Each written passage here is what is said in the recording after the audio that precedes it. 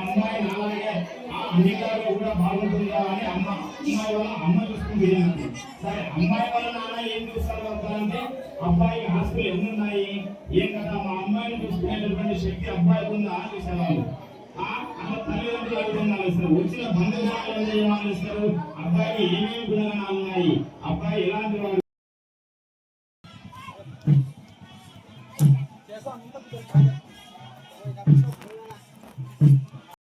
రామచంద్ర స్వామి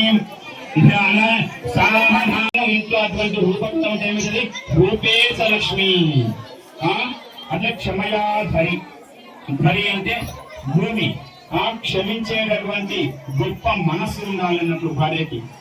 భూదేవంతా ఒకరి సమస్యలు ఒకరికి, ఒకరి బంధాలు ఒకరికి, ఒకరి ఆనందాలు ఒకరికి అన్ని కూడా పంచుకుంటూ ఉండాలన్నట్లు. ఆ విధంగా అమ్మాయి అబ్బాయి ఇంటికి వెళ్ళిన తర్వాత ఏ విధంగా ఉండాలంటే ఈ విధంగా ఉండాలి అమ్మా. మరి అమ్మాయి ఆ విధంగా ఉంటే అబ్బాయి ఏ విధంగా ఉండాలంటారు? అబ్బాయి ఏ విధంగా ఉండాలంటే అమ్మాయిని చిన్నప్పటి నుంచి 25 సంవత్సరాల వరకు ఏ విధంగా అయితే ఒక తండ్రి కంటికి కాపాడుతూ ఆ విధంగా అబ్బాయి నీకు ఏమి కావాలో చెప్పమ్మా. ఒక బిడ్డని ఏ విధంగా అయితే చూసుకుంటారో ఆ విధంగా భార్యను కూడా చూసుకోవాలి అన్నట్టు. అందుకే ఒక అమ్మాయిని ఒక అబ్బాయికి ఇచ్చేటప్పుడు ఇన్ని విధాలుగా ఆలోచిస్తారన్నట్టు.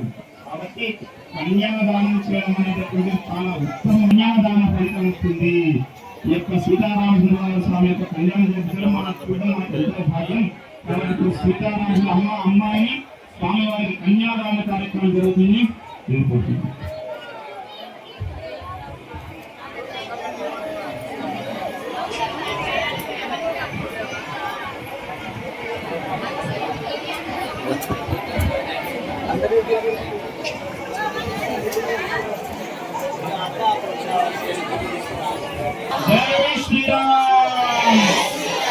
స్వామివారికి అమ్మవారిని ఇచ్చి కన్యాదానం చేస్తున్నారు.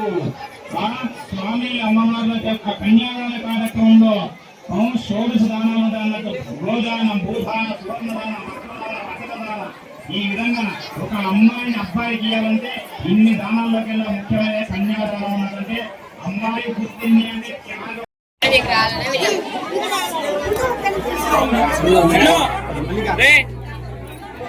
జై శ్రీరామ్.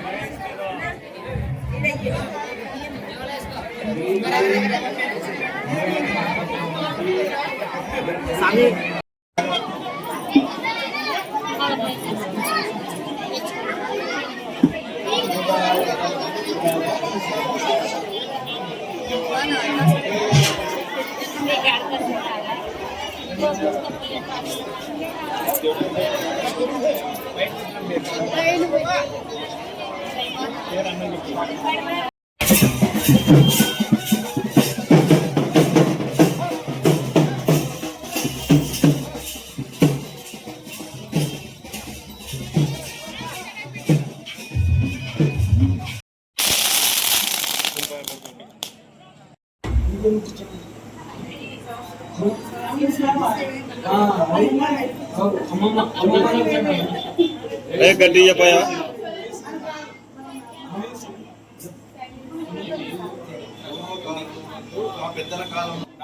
దాదాపు 300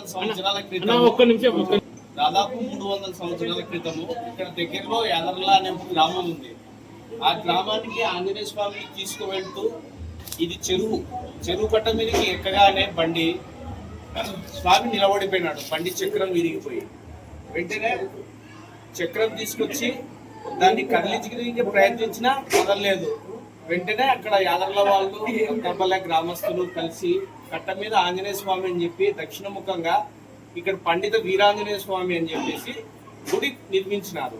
గుడి నిర్మించిన తర్వాత కొద్ది కాలానికి పాలన లేక గుడి శిథిలావస్థకు చేరుకుంటే భక్తాదులు అందరూ కలిసి సీతారాముల విగ్రహాలు స్వాములను తీసుకుని వచ్చి గుడి నిర్మాణం చేసి ప్రతి సంవత్సరము సీతారామ కళ్యాణం చేస్తూ ఇక్కడ 26 సంవత్సరాల నుంచి ఇది 27వ సంవత్సరము.